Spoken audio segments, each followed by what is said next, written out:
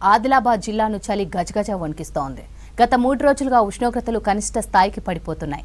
దీంతో ఆదిలాబాద్ జిల్లాకు yellow alert జారీ చేశారు వాతావరణ శాఖ అధికారులు. మరిన్ని డీటెయిల్స్ దేవిదాస్ అందిస్తారు. ఆదిలాబాద్ జిల్లాలో రికార్డు స్థాయిలో కనిష్ట ఉష్ణోగ్రతలు నమోదవుతున్నాయి. కనిష్ట ఉష్ణోగ్రతలు తగ్గుతుండటంతో జిల్లాలో చలి తీవ్రత పెరుగుతుంది. ఈ సంవత్సరం డిసెంబర్ మొదటి వారం నుంచే చలి తీవ్రత పెరుగుతుంది. జిల్లాలో గత నెలలో మిగ్జామ్ తుఫాన్ ఎఫెక్ట్ వల్ల విభిన్న వాతావరణ పరిస్థితులు నెలకొన్నదని చెప్పవచ్చు. గరిష్ట ఉష్ణోగ్రతలతో సమానంగా కనిష్ట ఉష్ణోగ్రతలు నమోదాయి. అయితే డిసెంబర్ మొదటి వారం నుంచి కనిష్ట ఉష్ణోగ్రతలు తగ్గుతూ వస్తున్నాయి. దీంతో చలి తీవ్రత పెరుగుతుంది. ఈ నెల 13వ తేదీన రికార్డు స్థాయిలో 10 డిగ్రీల కనిష్ట ఉష్ణోగ్రతలు ఆసిఫాబాద్లో నమోదయ్యాయి.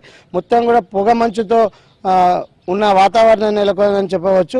గత 4 రోజులుగా 10 నుంచి 13 డిగ్రీల లోపే కనిష్ట ఉష్ణోగ్రతలు నమోదవుతున్నాయి. ప్రస్తుతం మనం ఆదిలాబాద్ జిల్లా కేంద్రంలో ఉన్నాము. ఇక్కడ కొందరు వాకింగ్ చేస్తున్న వాళ్ళు ఉన్నారు. సార్ అన్న చెప్పండి, చలి తీవ్రత ఎట్లా ఉంది జిల్లాలో? తీవ్రత బాగానే ఉంది సార్.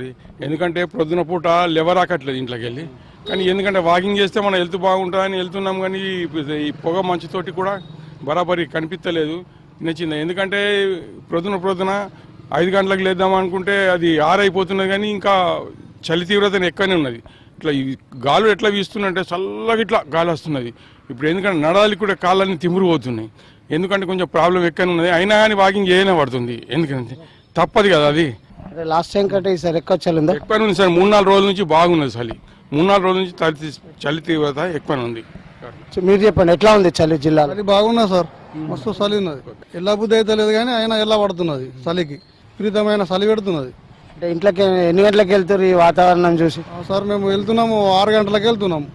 6 గంటలకు వెళ్తే ఇంతకు తిరిగిపోతున్నాం ఇక చలికి. ఇక తిరిగి ఒక आधा गंटा తిరిగిపోతున్నాం ఇక. आप बोले कैसा है ठंडी आदिलाबाद में? सर पहले ठंडी कम था, यानी कि 15 नवंबर तक थोड़ा सा गर्म ही था, पर अभी 4-5 दिन से इतना ठंडी बढ़ गया है कि घर से बाहर निकलना मुश्किल हो गया है। अभी घर से पहले मैं 4:30 बजे निकलता, अभी 5:30 बजे निकल रहा हूँ। हाँ, निकलते वक्त हैंड ग्लोव्स, टोपी वगैरह सब लेके निकलना पड़ा सर। इतनी ठंडी है, ठंडी में रहते वक्त भी फ्री में वॉकिंग जाना पड़ता है, क्योंकि कैसा हेल्थ को अगर अच्छा रखना है तो वॉकिंग करना कंपलसरी है सर।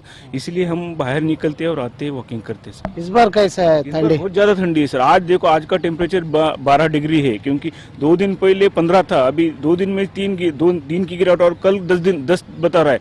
इसलिए टेम्परेचर जैसा जैसा कम हो रहा है वैसा वैसे लोग यहाँ पे कम दिख रहे हैं। आपको देखिए, आप लोग कम दिख रहे हैं और टेम्परेचर बहुत ही कम हो रहा है। बच्चे लोग और बुढ़ापे लोग कैसे? उनको तो बहुत ही तकलीफ होना है। क्यों तकलीफ होना है? क्योंकि अभी हम जवान रह के हम नहीं आ सक रहे, तो बच्चे कहाँ से आएंगे सर? बच्चे कहाँ से आएंगे? बूढ़े लोग कहाँ से आएंगे? उन्होंने तो जगह पे से उठ नहीं सकते ना सर। ऐसी बात है। इसलिए ठंडी की वजह से बहुत मुश्किल है।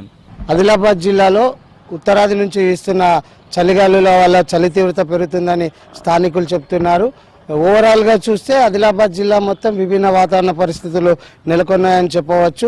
నేషనల్ హైవే ఆదిలాబాద్ డొల్లారా నుంచి నిర్మల్ జిల్లా సోన్ వరకు నేషనల్ హైవే 44వ నంబర్ ఉంది. ఇక్కడ పొగమంచు వల్ల ఉదయం పూట ట్రాఫిక్ పూర్తిగా స్తంభించిపోతుంది. రవాణా ప్రయాణికులు తీవ్ర ఇబ్బందులు పడుతున్నారు. వాహనదారులు కూడా ఇబ్బందులు పడుతున్నారు. కొంతసేపు తమ వాహనాలను నిలుపుకొని వేచి చూస్తున్న పరిస్థితి నెలకొంది. మొత్తంగా చూస్తే ఈ చలి తీవ్రత వల్ల చిన్నారులు, వృద్ధులు తీవ్ర అవస్థలు పడుతున్నారు. దీర్ఘకాలిక వ్యాధులు ఉన్నవారు, మరి శ్వాసకోశ వ్యాధులు ఉన్న వారికి చలి తీవ్రతతో తీవ్ర ఇబ్బంది ఏర్పడుతుంది. ఉదయం 10 గంటల వరకు కూడా బయటకు వెళ్ళలేని పరిస్థితి జిల్లాలో ఉందని నెలకొవచ్చు. కనిష్ట ఉష్ణోగ్రతలు -డిగ్రీకి పడిపోయే పరిస్థితి ఉందని వాతావరణ శాఖ చెప్తుంది. కెమెరామెన్ విఠల్తో దేవిదాస్, V6 న్యూస్, ఆదిలాబాద్.